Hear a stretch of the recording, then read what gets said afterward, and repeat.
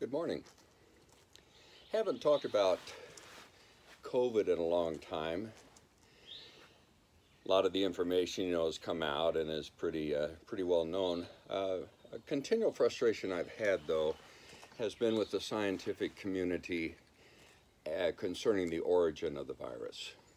And what the scientific community has said is that one of two things. They say it appears to be natural in origin, and they also say that it does not appear to be man-made or manipulated, which are true statements. The problem I have with that is there is a great omission in this statement, and the omission comes from, the definition of natural. And I have done videos before on how these viruses can be manipulated through ferrets in what they call animal passage, and how that animal passage virus cannot be distinguished from a natural virus because it's pretty much gone through a natural biological process. The man-made type, where they would snip a little piece of an RNA from one virus and stick it onto a new one, that is pretty obvious to anyone who tracks the genomes. So that's why the scientists can make that statement, because none of that is evident with this virus, that there's been a snippet of RNA put here or there. So that is a whole truth and is good. The "it appears to be natural" statement is not a complete truth.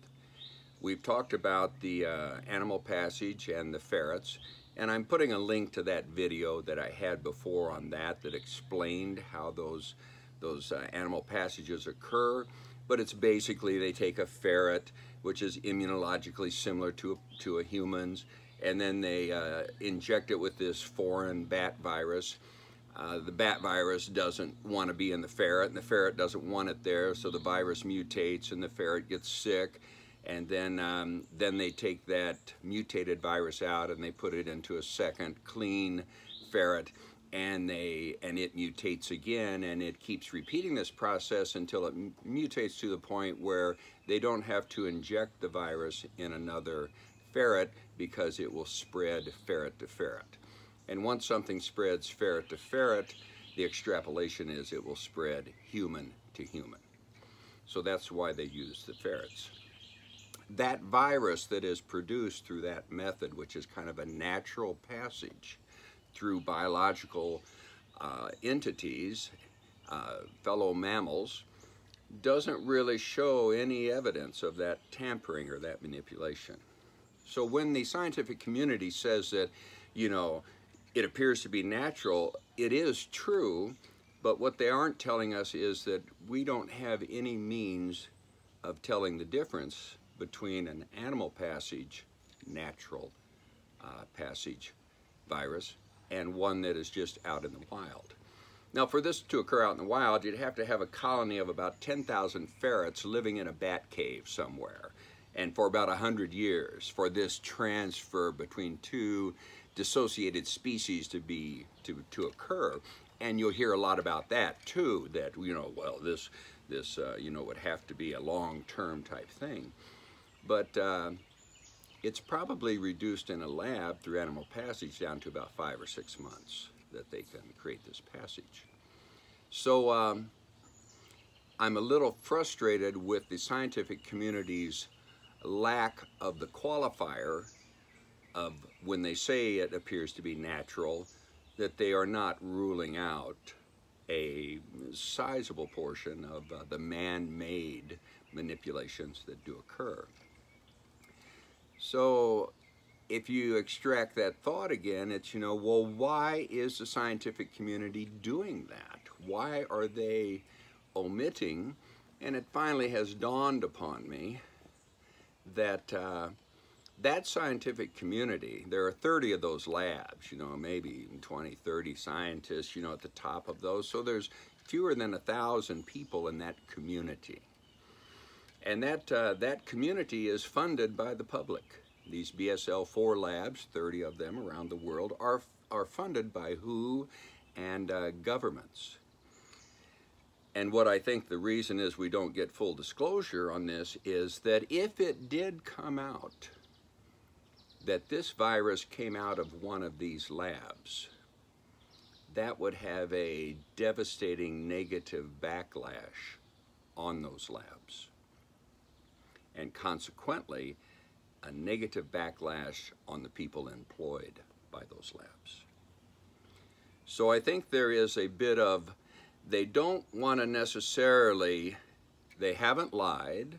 They have said, you know, it appears to be natural and it's not snippet RNA man-made, but they are not going further into disclosing the full truth because it is not in their best interest. If that comes out and the public backlash came, there would be a hue and a cry to shut those labs down or to defund those labs. And all of those people are looking at a scientific catastrophe that could occur, you know, from the public backlash of this being confirmed of coming out of a lab.